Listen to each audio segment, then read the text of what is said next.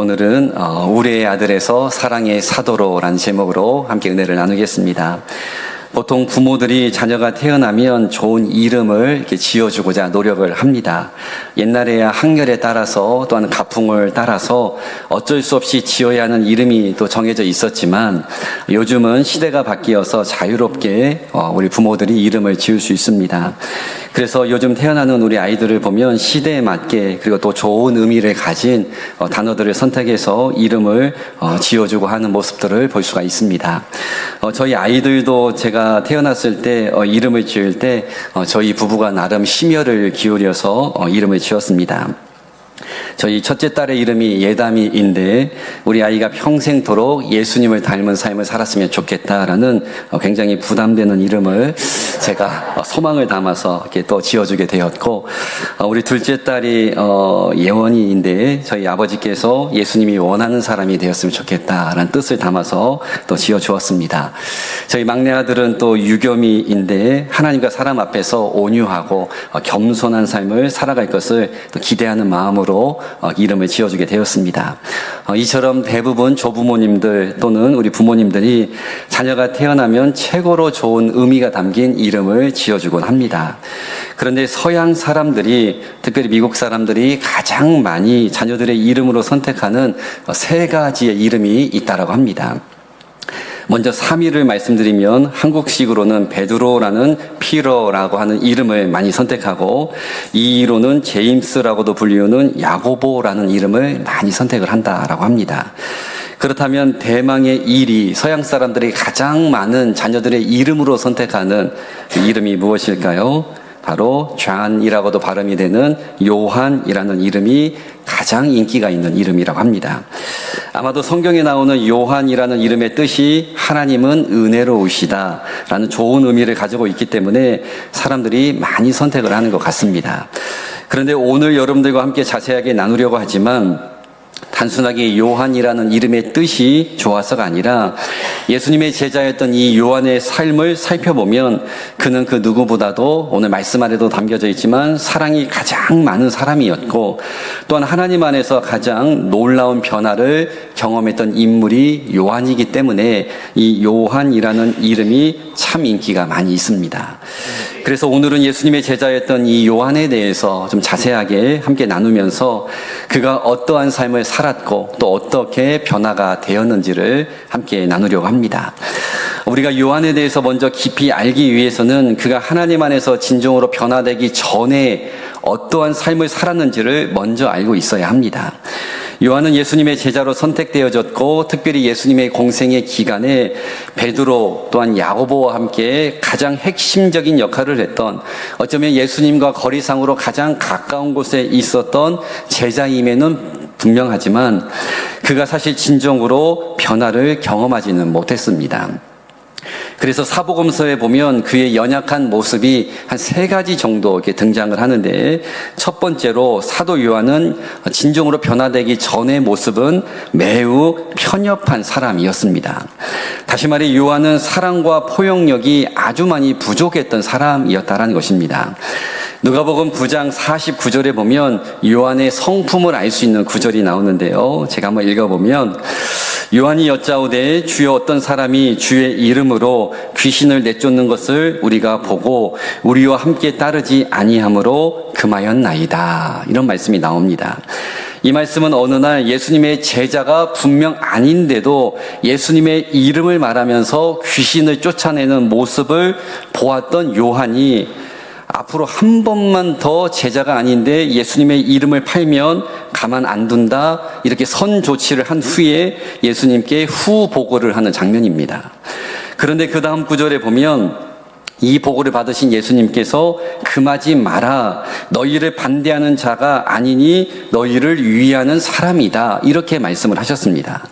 다시 말해 요한은 우리 편, 상대편 이렇게 편을 가르는 사람이었고 더구나 우리 편이 아니면 그 사람의 행동을 반대하고 금지하는 아주 편협한 시각을 가진 사람이었다는 것입니다. 즉 그는 예수님의 제자였지만 예수님과 늘 함께하는 사람이었지만 흑백 논리를 가지고 아주 좁은 마음을 가진 대표적인 사람이었습니다. 제가 잘 아는 목사님께서 제법 큰 교회에 부임을 하셨는데 첫 당회를 들어갔을 때 너무나 놀라운 일을 경험하게 되었다라고 합니다.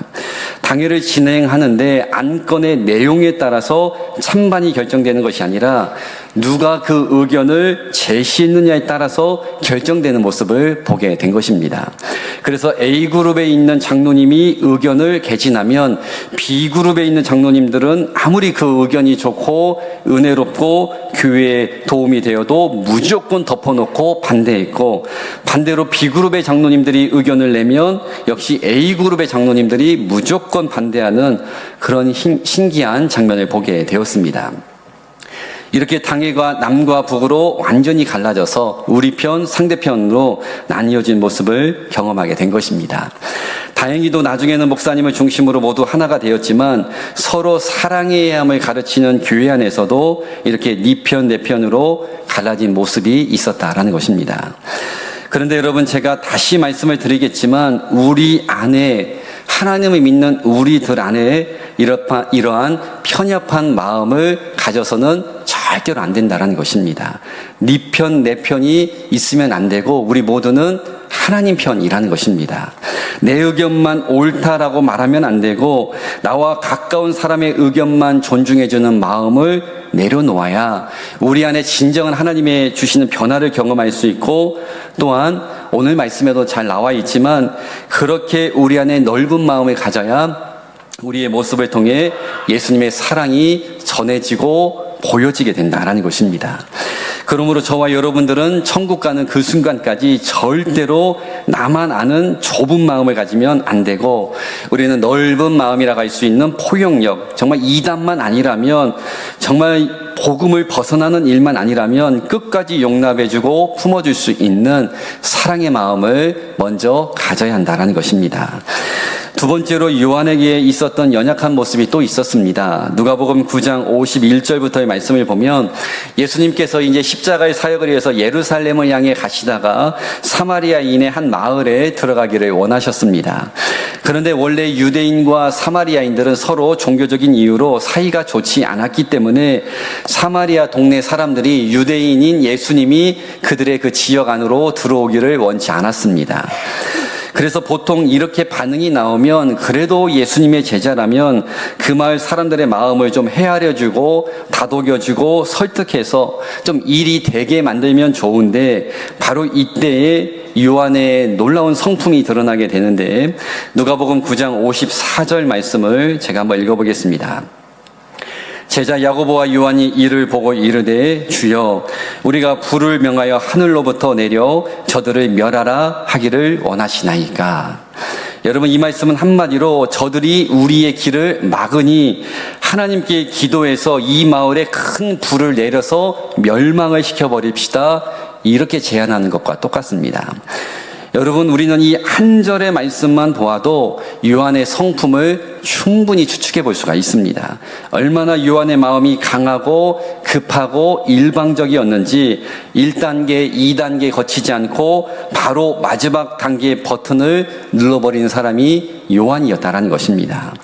예수님은 지금 세상의 모든 사람들을 구원하시기 위해서, 정말 십자가 위에서 하나님의 사랑을 보여주시기 위해서 지금 예루살렘을 향해 가시는데, 그러한 예수님의 마음과 목적은 전혀 헤아리지 못한 채 그는 자신의 길을 막으면 모두 적으로 생각하고 멸하려고만 했다라는 것입니다. 한마디로 요한의 마음속에는 사랑이 아주 많이 부족했다라는 것입니다.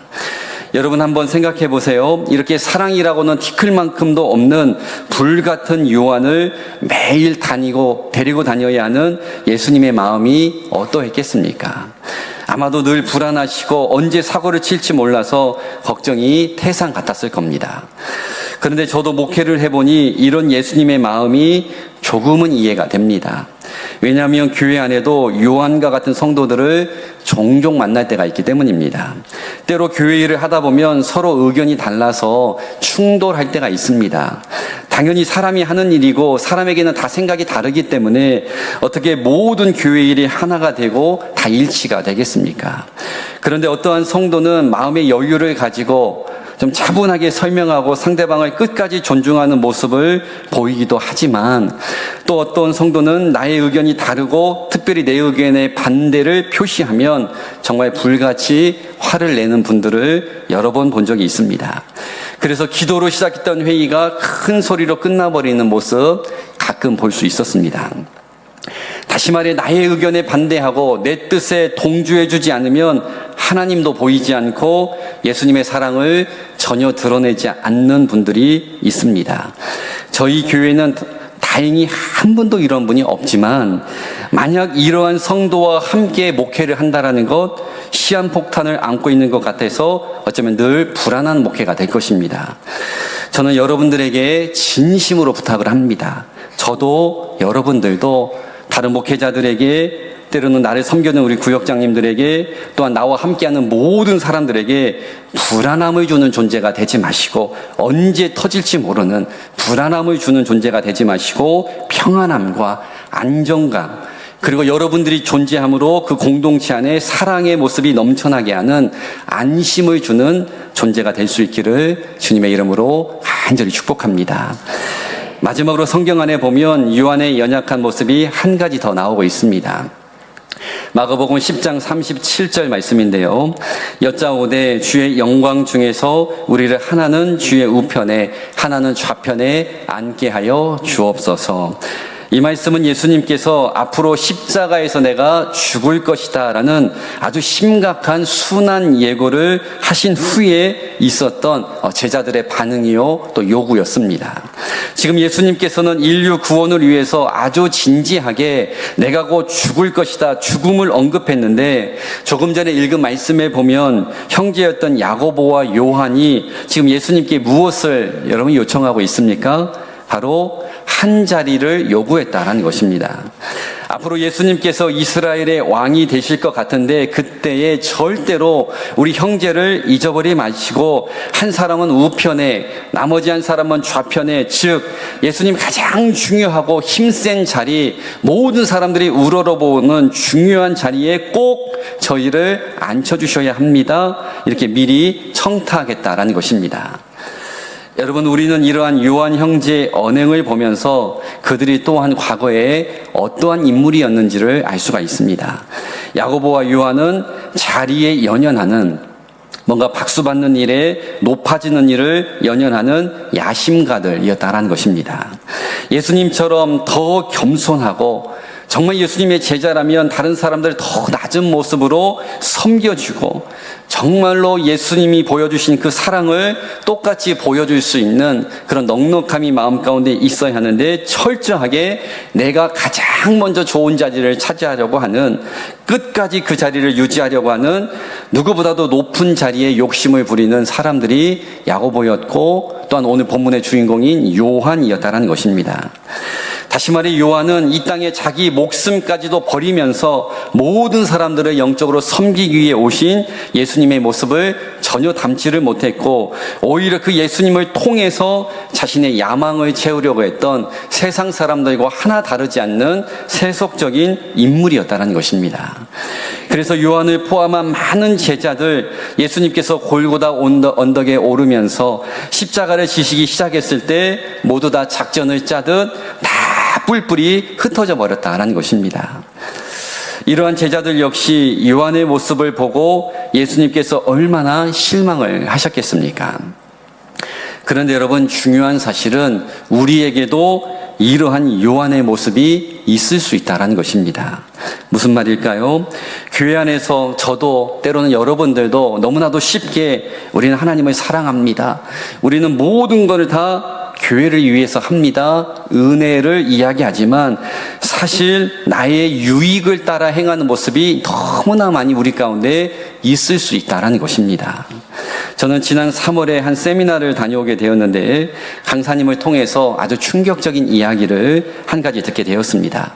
이 강사님이 지금은 침례교 목사님이신데 원래 어릴 적에 다녔던 교회는 장로교회였다라고 합니다. 그런데 목사님께서 고등학교 시절에 어느 날 성가대원으로 앉아 있었는데 그날은 교회가 성찬식이 있는 날이었습니다. 그래서 목사님께서 성찬기를 가지고 강단에 서 있는데 갑자기 장로님 한 분이 단 위로 올라오셔서 목사님이 가지고 있는 성찬기를 집어 바닥에 던지셨다라고 합니다. 갑작스러운 일에 모든 성도들이 놀랐는데 문제는 그 다음 주에 비슷한 일이 또 일어났다는 것입니다. 성찬기가 깨어져서 보통 시골 교회는 성찬기 세트가 하나밖에 없기 때문에 목사님께서 지난주에 못한 성찬식을 진행하기 위해서 이웃 교회에서 성찬기를 빌려왔는데, 그래서 예배 중에 성찬식을 진행하려고 하는데 그 장로님이 또다시 강단으로 올라오셨고, 그 순간 17살이었던 이 목사님께서 성가대석에서 나와서 그 장로님의 팔을 붙잡았습니다. 장로님, 이러시면 안 되잖아요. 장로님, 저에게 교회를 사랑해야 한다라고 가르치셨잖아요. 이렇게 말하면서 그 장로님의 손을 붙잡았습니다. 그래서 다행히 그날에 큰 사고 없이 잘 예배가 마쳐졌습니다. 그런데 그 다음 주에 그 장로님께서 고등학교 1학년인 이 목사님이 교회에 올 때에 대문 앞에서 이 학생을 붙잡고 교회 간판을 한번 가리키면서 크게 한번 읽어보라, 이렇게 이야기를 하셨다고 합니다. 그래서 이 학생이, 지금은 목사님이 되셨지만 이 학생이 대한예수교 장로회 무슨 교회, 이렇게 읽자 그 장로님이 큰 소리로 이렇게 말씀하셨다고 합니다. 봤지? 우리 교회는 장로가 주인이야. 다시는 우리 교회 오지 마. 이렇게 그날 이후로 목사님은 하나님을 만났고 너무나 은혜를 받았던 그 교회에서 쫓겨나게 되었습니다. 여러분, 이 장로님의 연약함이 무엇이었을까요? 물론 불같은 성품도 본이 되지 않았지만 하나님의 몸된 교회가 자신의 것이라고 착각했던 그 교만함이지 않을까 생각을 해보게 됩니다.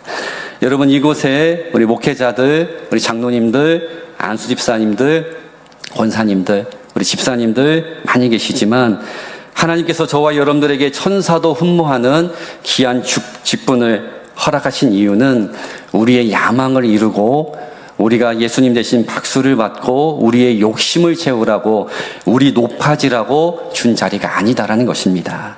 그 직분과 사명으로 하나님을 섬기고 성도들을 섬기고 더 나아가 아직 예수 믿지 않는 사람들을 섬기라라고 그 직분과 사명을 우리에게 주셨다라는 것입니다.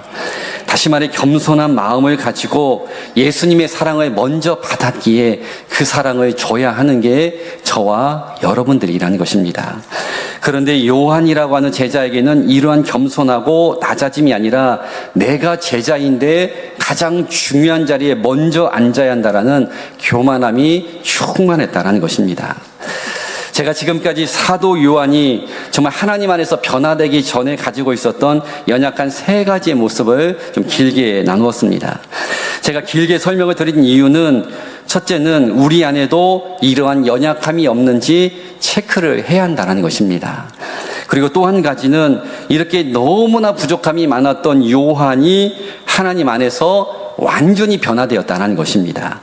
오늘 말씀의 제목처럼 그는 처음에는 천둥과 번개라고 하는 우울의 아들이라 칭함을 받을 정도로 아주 과격하고 급한 사람이었지만 하나님을 만남으로 모든 사람들에게, 오늘 본문에도 너무 많이 나와 있지만 사랑해야 합니다.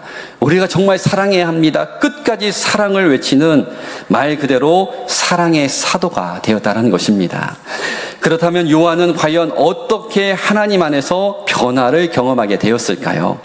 요한에 대한 성경의 기록을 따라가 보면 그가 변화된 시점이 바로 오순절 마가다락방 사건 이후라는 것을 알 수가 있습니다. 다시 말해 요한이 예수님의 명령을 따라서 많은 제자들과 함께 마가다락방에 모여서 강력하게 기도를 시작했을 때, 그리고 나서 불같은 성령, 정말 바람같이 임하는 성령을 체험함으로 그 이후로 그의 모든 그 연약함이 다 벗어지고 하나님 안에서 완전히 새로운 사람으로 변화가 되었다는 것입니다.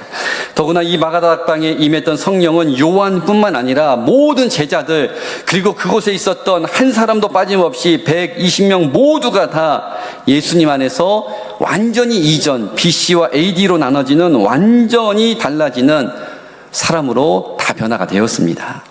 여러분, 우리가 세상에서 자주 듣고 쓰는 말 가운데 사람은 죽을 때가 되어야 변한다, 이런 말이 있습니다. 그리고 사람 고쳐 쓰는 것 아니다, 이런 말도 합니다. 사람이 잘 변하지 않는다라는 표현들입니다. 그런데 여러분, 성경을 보면 온통 변화된 사람들의 이야기로 가득 채워져 있습니다. 다시 말해 하나님 안에서 기도하고 특별히 성령을 체험하면 변화될 수 있다는 것입니다. 베드로도 야고보도 그리고 의기양양했고 혈기왕성했던 사도 바울도 다 변했습니다. 이전의 삶이 결코 이들이 아름답지 않았지만 그들이 예수님을 만나고 성령 체험을 했을 때 그들의 삶이 정말 180도 완전히 달라지게 되었습니다. 그래서 다윗이 밧세바를 범한 이후에 지었던 참회시에 보면 그가 안타까워하면서 끝까지 붙들었던 것이 있었습니다. 그것은 바로 내 안에 성령이 떠나지 않기를 끝까지 하나님 앞에 간구했다라는 것입니다. 나의 죄로 인해서 성령이 내 안에 떠나버리면, 즉 하나님의 영이 내 안에 머물지 않으면 말 그대로 나는 마른 막대기와 같이 아무런 능력이 없는 존재가 되고, 더 이상 내 안에 하나님의 영이 충만하지 않게 되면 여전히 내 지식과 내 뜻으로 가득 채워져서 하나님과 멀어진 관계가 될 수밖에 없기 때문에, 쉽게 말해 완전히 옛사람으로 나는 돌아가 버리기 때문에 다윗은 다른 그 무엇보다도 성령이 내 안에 머물기를 너무나도 원했고 간구했다라는 것입니다. 여러분, 제가 한번 여러분들에게 진지하게 질문해 보겠습니다. 지금 여러분들의 심령 안에 성령이 충만하게 역사하고 있습니까?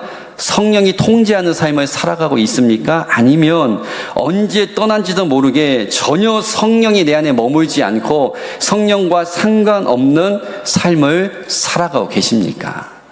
여러분, 굳이 이게 중요합니까? 묻는 분 있을 텐데, 성령의 임재 여부에 따라서 성령을 따라 살아가느냐 아니면 내 육신을 따라 살아가느냐, 이 기로에 어디에서 선택하느냐에 따라서 여러분과 제가 요한과 같이 변화된 삶을 살아갈 수도 있지만, 반대로 계속해서 우리는 영적으로 옛사람의 상태에도 머물러 있을 수 있다는 것입니다.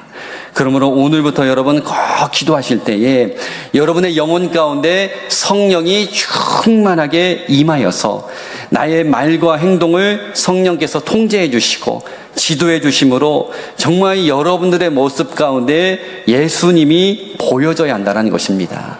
이 모든 힘이 내 안에서 나오는 것이 아니라 성령님이 내 안에 역사할 때 변화가 나타난다는 것입니다. 한 가지만 더 간단하게 나누면, 우리가 예수님 안에 참된 변화를 경험해서 진정한 제자가 되어지면 우리 삶이 어떻게 달라지게 될까요? 사도 요한의 모습을 통해 분명히 알 수 있는 한 가지가 있습니다. 그것은 바로 우리가 정말 성령 체험을 통해서 하나님을 만나 예수님 안에 변화가 되게 되면 반드시 우리의 삶 속에 사랑의 모습이 드러나게 되어 있다는 것입니다. 그래서 성경을 보면 그리스도인들에게 가장 중요한 것이 바로 사랑이다 말씀합니다. 고린도전서 13장 13절에도 보면 그런즉 믿음, 소망, 사랑, 이 세 가지가 항상 있을 것인데 그 중에 제일이 사랑이다 말씀합니다. 또한 고린도전서 13장 1절부터의 말씀을 보면 내가 사람의 방언과 천사의 말을 할지라도 사랑이 없으면 소리나는 구리와 울리는 꽹과리가 되고, 내가 예언하는 능력이 있고 모든 비밀과 모든 지식을 알고 산을 옮길 만한 정말 대단한 믿음이 있어도 사랑이 없으면 내가 아무것도 아니요 내가 내게 있는 모든 것을 구제하고 또 내 몸을 불사르게 내줄지라도 역시 사랑이 없으면 내게 아무런 유익이 없다, 성경은 말씀합니다. 즉 우리가 아무리 말을 잘하고 대단한 능력을 가지고 있고 선한 많은 일을 했다 할지라도 그 안에 하나님의 사랑의 마음이 담겨 있지 않으면 그 일이 아무런 소용이 없다라는 것입니다.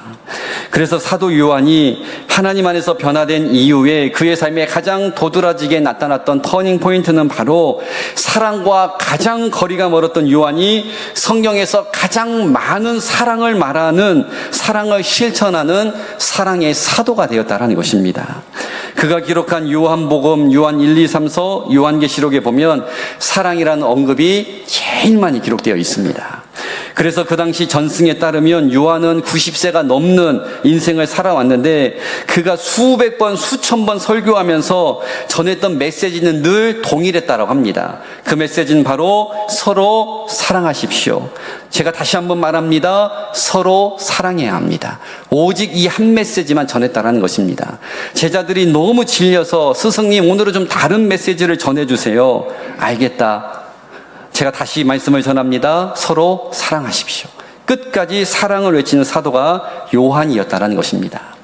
여러분들이 하나님 안에서 진정으로 변화된 제자인지 나는 정말 성령의 체험이 있고 성령 안에 거하는 사람인지 알고 싶다라면 여러분들의 삶 속에 사랑의 언어가 나오고 있는지, 사랑의 행동이 나오고 있는지, 사랑의 섬김이 드러나고 있는지를 조금만 체크해봐도 금세 알 수 있다는 것입니다. 사랑하는 여러분, 오늘 이 시간부터 요한과 같이 매일 기도하면서 성령 하나님을 사모하시기 바랍니다. 여러분, 변화 우리의 힘으로 되지 않습니다. 하나님이 성령을 통해서 우리를 변화시켜 주시는 겁니다. 또한 여러분, 사랑의 마음, 우리는 가장 가까운 가족도 품을 수 없는 너무나도 큰 연약함을 가진 존재들입니다. 사랑의 마음도 하나님이 위로부터 부어주셔야 우리가 사랑할 수 있게 된다는 것입니다. 여러분, 성령을 사모하시고 이번 한 주도 하나님께서 주시는 그 넉넉한 마음을 가지고 많은 영혼들을 직장에서, 사업의 현장에서, 가정 안에서 품고 정말 사랑을 보여줄 수 있는 예수님의 참 제자가 될 수 있기를 주님의 이름으로 간절히 축복합니다.